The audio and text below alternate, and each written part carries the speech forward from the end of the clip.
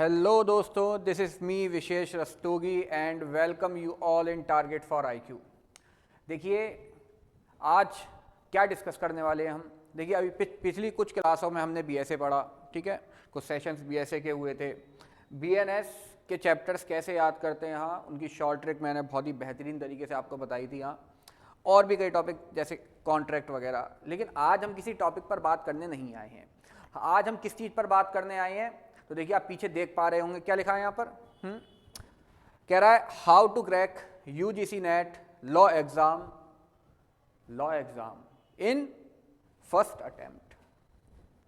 यानी कैसे आप फर्स्ट अटेम्प्ट में इस यूजीसी नेट लॉ एग्जाम को क्रैक कर सकते हैं। ठीक है, अब क्रैक तो कर लेंगे, भाई हमारे साथ हैं तो क्रैक तो कर ही लेंगे, आप चिंता मत कीजिए। लेकिन ये होता क्या है पहले ये तो जान लीजिए थोड़ा सा। हाँ आखिर है क्या ये, ठीक है, देखते हैं आइए क्या है ये। देखिए सबसे पहली बात बिल्कुल बिगनिंग से स्टार्ट करते हैं, ठीक है। देखिए क्या लिखा हुआ है, ये एनटीए नेशनल टेस्टिंग एजेंसी, सही है। एनटीए ही इस एग्जाम को कंडक्ट कराता है। कौन कंडक्ट कराता है? एनटीए, सही है। अच्छा कितनी बार कराता है? हाँ ईयर में 1 ईयर में एक बार होता है, 2 साल में एक बार आता है। पंचवर्षीय योजना तो नहीं है कहीं, नहीं। कितनी बार कंडक्ट कराता है? तो साहब ये कंडक्ट कराता है 2 टाइम्स। कितने टाइम्स? 2 टाइम्स।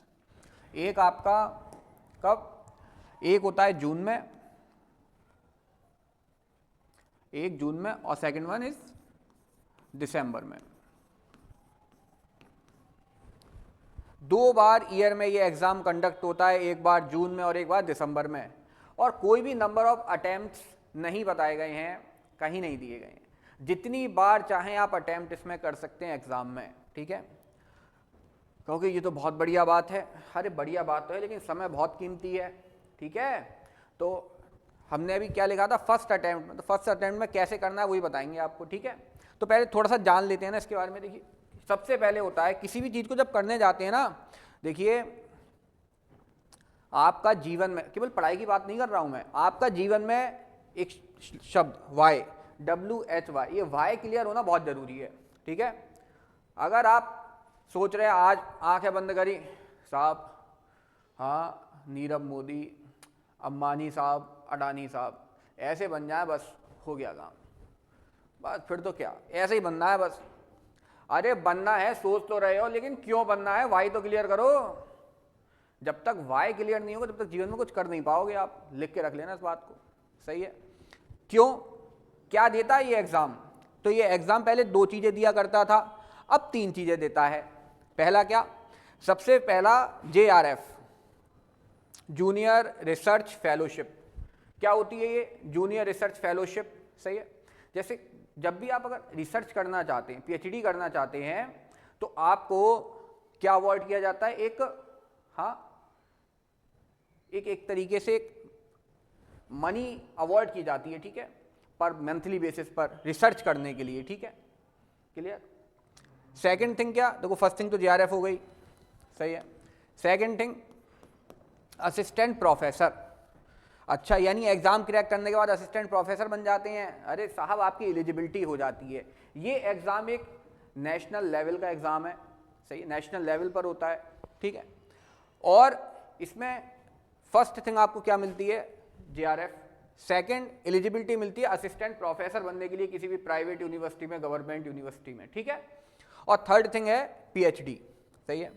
देखिए ये अभी लास्ट एग्जाम से ऐड हुआ है, ठीक है। अभी ये वाला अटेम्प्ट हुआ था, ये कौन सा था? ये दिसंबर वाला, इससे पहले जून वाला, सही है। तो जून से अप्लाई हुआ है PhD वाला। यानी कि आप अगर किसी यूनिवर्सिटी में PhD में एडमिशन लेना चाहते हैं तो यहाँ पे आपका स्कोर कंसीडर करा जाएगा कि आपका इस एग्जाम के अंदर क्या स्कोर था, क्या वहाँ पर आप एलिजिबल थे फॉर PhD। जब आपका रिजल्ट आएगा ना इसका, तो नीचे लिखा होगा कि you are eligible for JRF, for assistant professor और वेदर फॉर PhD, ठीक है। तो ये क्या देता है आपको? एलिजिबिलिटी देता है, एलिजिबल बनाता है इन तीनों चीज़ों के लिए, ठीक है। होता कैसे? अब जैसे देखिए पहले वाई तो क्लियर हो गया कि करना क्यों है, ठीक है। अब इसके बाद इसका एग्जाम पैटर्न क्या है? हाँ देखिए एग्जाम पैटर्न की अगर बात करें तो इसमें दो पेपर होते हैं, एक होता है पेपर फर्स्ट और दूसरा होता है पेपर सेकंड। दूसरा पेपर सेकंड, दो पेपर होते हैं इसके अंदर, एक ही दिन में होते हैं, एक ही शिफ्ट में होते हैं, 3 घंटे का एग्जाम होता है, ठीक है, कोई बीच में गैप नहीं है। और होता कैसे है, पेपर पेन से भैया नहीं, सीबीटी मोड में होता है, कंप्यूटर बेस्ड टेस्ट होता है ये 3 घंटे का। आपकी स्क्रीन पर एक बार में एक क्वेश्चन शो होगा, उसके ऑप्शन शो होंगे, सही है, और आपको उसमें आंसर चूज करना है, फिर नेक्स्ट क्वेश्चन आप पहुंच जाएंगे। ऐसी 150 आपको चेंज करनी पड़ेंगी स्क्रीन, 150 क्वेश्चन आएंगे, उन्हें सॉल्व करेंगे आप, ठीक है, क्लियर। सीबीटी मोड में होता है, 2 पेपर होते हैं। अब ये 2 पेपर कैसे कैसे, तो देखिए इसमें सबसे पहला जो पेपर होता है, पेपर फर्स्ट की अगर बात की जाए तो फर्स्ट पेपर एक जनरल पेपर होता है, ठीक है। जैसे अगर आप लॉ से रिलेटेड हैं, ठीक है, तब भी आपको देना है। अगर आपकी पोस्ट ग्रेजुएशन इकोनॉमिक्स से है, हिस्ट्री से है, पॉलिटिकल साइंस से है, ज्योग्राफी से है, क्रिमिनोलॉजी से है, किसी सब्जेक्ट से, लेकिन ये पेपर कॉमन है, ये सभी स्टूडेंट्स को देना है, किसी भी वो फील्ड के हो, ठीक है। किससे रिलेटेड होता है, ये जनरल टीचिंग से और रिसर्च एप्टीट्यूड से, ठीक है। जनरल पेपर है, सभी को देना है। 50 क्वेश्चन आते हैं, कितने क्वेश्चन आते हैं इसमें, 50 क्वेश्चन आते हैं, और पर क्वेश्चन 2 मार्क्स का होता है, तो 100 मार्क्स का ये, ठीक है, पेपर फर्स्ट। अब पेपर सेकंड की बात आई, तो पेपर सेकंड किससे रिलेटेड होता है, स्पेसिफिक सब्जेक्ट से जो आपने पोस्ट ग्रेजुएशन में लिया है, जिससे आप नेट करना चाहते हैं, ठीक है, नेट, जेआरएफ, जिसमें पीएचडी करना चाहते हैं, वो सब्जेक्ट आपका मेन सब्जेक्ट। जैसे हमारे लिए क्या है, हमारे लिए है लॉ, ठीक है, क्या है, लॉ, क्लियर। अब एलिजिबिलिटी की बात अगर देखी जाए तो एलिजिबिलिटी हमारी रह गई यहाँ पे, हाँ, एलिजिबिलिटी क्या है, तो जनरल कैटेगरी वाले कैंडिडेट्स के लिए पोस्ट ग्रेजुएशन में अपने पीजी में कितने मार्क्स चाहिए होते हैं, 55%, मिनिमम 55% मार्क्स आपके पीजी में होने चाहिए। अगर उससे कम है तो आप एलिजिबल नहीं है इस एग्जाम में बैठने के लिए, क्लियर। अगर कैटेगरी ओबीसी है, एससी है, एसटी है, तो मिनिमम आपको 50% मार्क्स चाहिए इन पीजी, क्लियर। देखिए क्या क्या क्लियर हुआ, पहले तो हमारा वाई क्लियर हुआ कि ये एग्जाम देते क्यों हैं, फिर एग्जाम पैटर्न हमने समझ लिया, 2 पेपर होंगे, सीबीटी मोड में होंगे, एलिजिबिलिटी समझ ली, फर्स्ट पेपर सेकंड पेपर।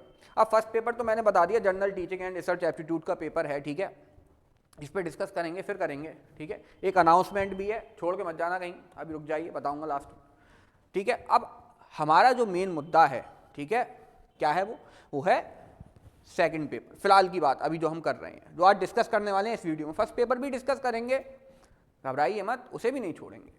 तो इस पेपर सेकंड में क्या होता है, हाँ, क्या होता है पेपर सेकंड में, देखिए ये सेकंड पेपर, देखिए वाह क्या कह रहा है ये, पेपर सेकंड लॉ सिलेबस दिखा रहा है, ये लॉ का सिलेबस है, ठीक है। ये दिख भले एक स्लाइड में रहा है, देखिए छोटा सा दिख रहा है, लेकिन लोगों के जीवन बीत जाते हैं इस एग्जाम को क्रैक करते करते, ठीक है, होता नहीं है, इतना आसान नहीं है ये, ठीक है। तो आप छोटी मोटी किताबें पढ़ लो, गाइड रेफर कर लो, 2-4 गाइडें लेके बैठ गए साहब, अब तो नेट निकलेगा इस बार, नेट पार, हाँ भाई साहब ऐसे नहीं होगा ये, समझे। क्या है सिलेबस जरा एक बार देख लें। सबसे पहला जो सब्जेक्ट इसके अंदर आता है वो है ज्यूरिस्प्रूडेंस।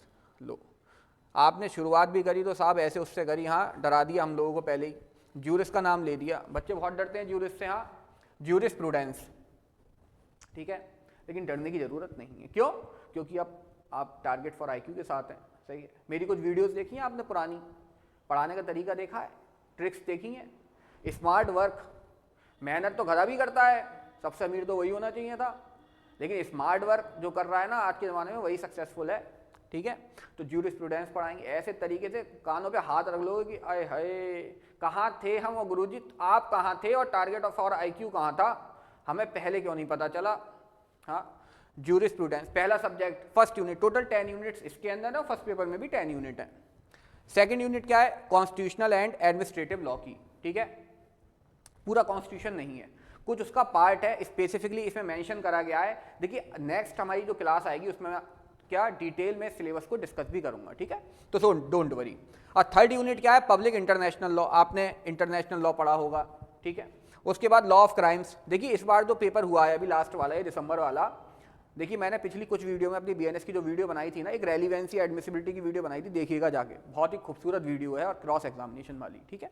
उसमें मैंने बताया था कि आपका काम अब बढ़ गया है, बोला था देख लेना, चेक कर लेना मेरे शब्द हैं उस वीडियो में।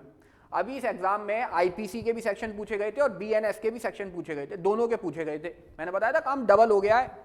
अब आप माने नहीं था, अब मान जाओ, और अब भी नहीं मान रहे हो तो अगली बार फिर मानना तो पड़ेगा। लॉ ऑफ क्राइम्स, और फिर इसके बाद 5th यूनिट क्या है, लॉ ऑफ टॉर्ट्स की, सही है।